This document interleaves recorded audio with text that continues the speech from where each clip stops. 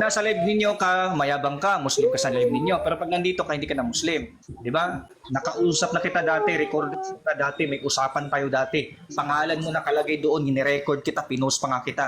Muslim na Muslim ka doon, huwag ka magsinungaling dito. O anong pangalan ko? Sige nga. Ano ang pangalan mo? Motivational speaker ka daw, pero wala ka namang motivational na matino. Anong motivational mo? Ano yung motivate mo sa tao? James Tanga. Si Muhammad ng tanga, ikaw. Si Muhammad ng tanga. Bakit? Nag-asawa ng 9 years old. Tanga yun. Nag-asawa ng 6 years old. Tanga yun. Kumantot ng 9 years old. Tanga yun. Ngayon, tanatanungin kita.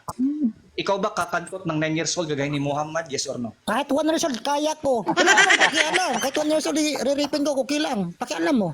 Oh, kita nyo guys, kakantutin doon niya, wala siyang pakialam. Gago talaga itong taong to eh. Record natin, ipapost natin yan na ang sabi ng Muslim na to, guys, Muslim yan, huwag kayong maniwala na pastor yan, sinungaling yan.